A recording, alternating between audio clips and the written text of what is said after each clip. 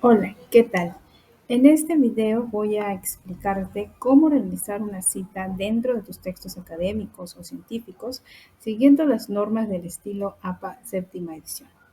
En primer lugar, debes saber que en el estilo APA el formato de las citas sigue el sistema autor-año.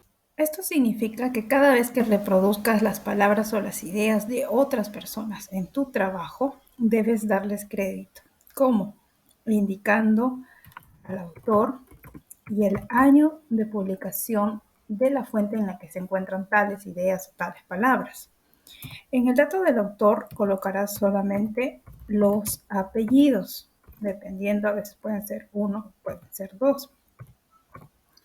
Por ejemplo, si el autor de tu fuente se llama Carlos Ramírez, colocarás solamente Ramírez, su apellido, ¿no? Y el año, por ejemplo, 2005.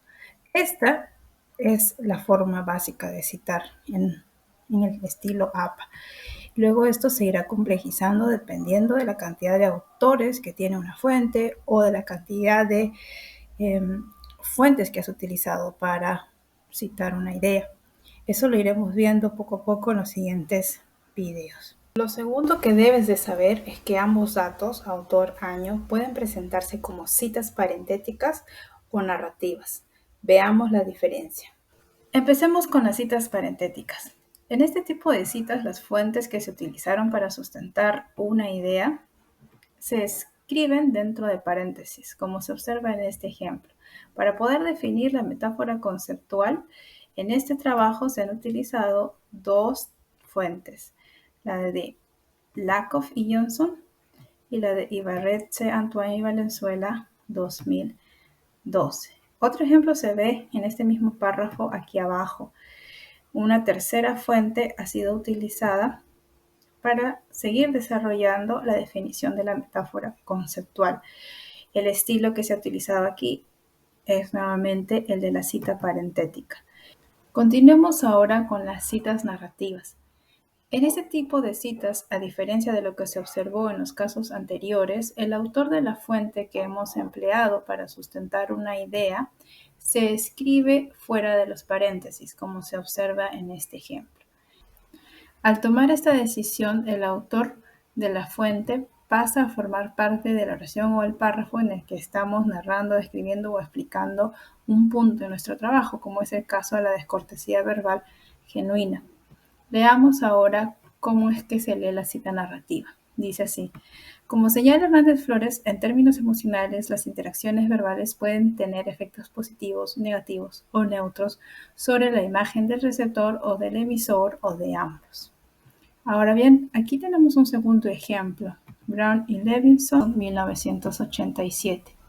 Dice: esta imagen, en los términos de Brown y Levinson, surge necesariamente en la interacción social, depende de ella. Lo tercero que debes saber es que las citas múltiples siguen un orden. Con cita múltiple me refiero a la mención de varios autores para sustentar una idea. Los criterios para el orden en que estos se presentan aplican solo para las citas parentéticas. El criterio básico es redactar la lista de autores en orden alfabético, separando a cada autor con un punto y coma, de esta forma.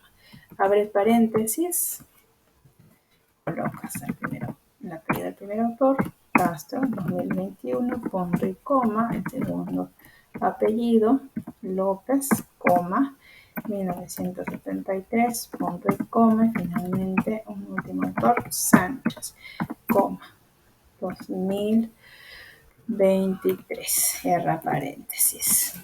La guía para poder organizarnos, en este caso, es la inicial de cada apellido de cada autor. Y si citas diferentes obras de un mismo autor, el criterio ahora es cronológico. Así, abres paréntesis, colocas el apellido del autor, luego organizas las fuentes desde la más antigua hasta la más actual.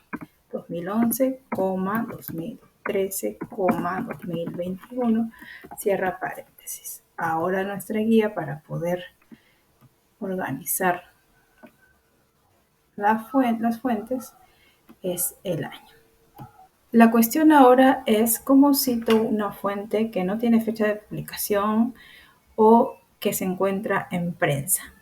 Bueno, de acuerdo con APA, en estos casos, lo que hay que hacer es consignar primero, en primer lugar, aquella fuente que no tiene fecha de publicación mediante la abreviatura SF para el caso del español, y ya luego empezamos a organizar por orden cronológico, desde la más antigua hasta la más actual, 2001, 2003 y 2021.